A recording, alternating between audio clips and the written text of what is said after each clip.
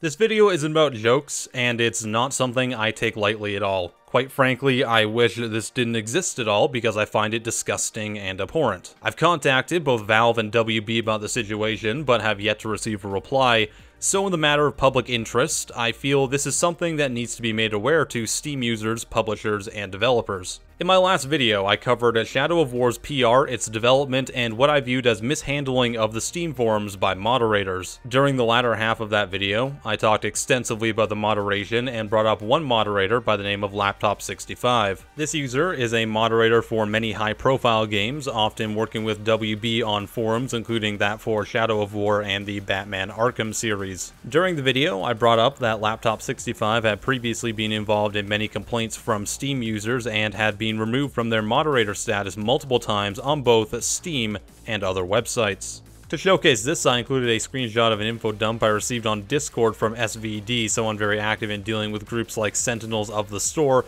and someone whom I've worked with in the past. The infodump I received included 3 links, which were 2 Reddit posts complaining about Laptop's actions, and 1 link discussing Laptop65 on a website called scythe.org. Yesterday, I was notified that SVD had been in contact with Laptop65 via Steam, and they had a back and forth which ended in an argument and disagreement. I decided to add Laptop65 on Steam in order to get some info from him about the situation and see if he could be reasoned with. After accepting my request, Laptop65 messaged me right away, wondering why I had added him. You can read the entire transcript for yourself on the screen, as it honestly is way too long for me to go through myself. I will go over the basics of it though. The conversation started off relatively hostile, with Laptop65 openly mocking myself and criticizing the content of others, including Sid Alpha, who's a good friend of mine. I have no issue with this comes with the territory when you make content on the internet. After that, he brought up other topics, including criticizing my views of Denuvo being harmful for consumers, which again comes with the territory. During this conversation, he had viewed my video for the first time and took issue with a specific portion of it, which was the screenshot that I took of the link sent by SVD. Laptop65 wanted those removed or edited out of the video. I asked him why, and he stated I had screenshotted something very personal to him. I was unsure of what he was considering personal information, as the links didn't link to anything that wasn't publicly available, and none of them were to any of his personal accounts or information. After a couple rounds of trying to figure out what Laptop65 was on about, as he wouldn't give me a straight answer, he then attempted bribing me multiple times to remove or edit the video.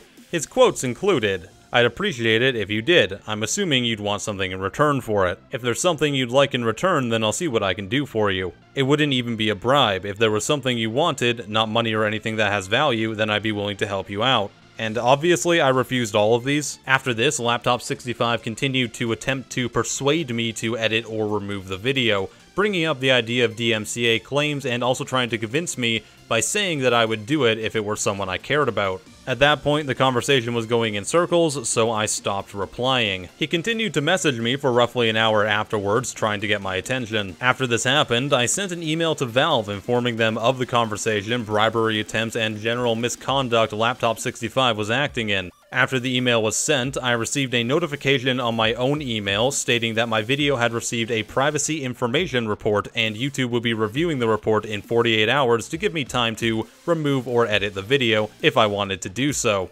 Otherwise, the report would be looked over by YouTube. And this was obviously Laptop65 attempting to scrub the screenshot from the internet. At this point, I had enough and contacted a few close friends and content creators I could trust to keep the situation private for the time being, while still offering me some advice. I looked into the YouTube privacy guidelines, and nowhere within it did I find anything that seems to indicate that my video violated the privacy of Laptop65. I've since contacted lawyer Leonard French about this, and at this time he does seem to agree that it doesn't seem like any privacy information was violated. My original plan was to simply wait out the 48-hour period, as I was confident that YouTube would not remove my video, and in the event that the video was taken down, I would then have the chance to offer a rebuttal. Later last night, I was contacted by Dandruff of the YouTube channel News Cartridge, one of the few people who I had informed about the situation. Dan had done some digging into Scythe.com, the website that Laptop65 was so adamantly against being in my video, and what Dan uncovered was honestly a little bit disturbing. Not only is Laptop65 still active on that forum, posting multiple times per week, he has been involved in a variety of topics over the past 2 months where he frequently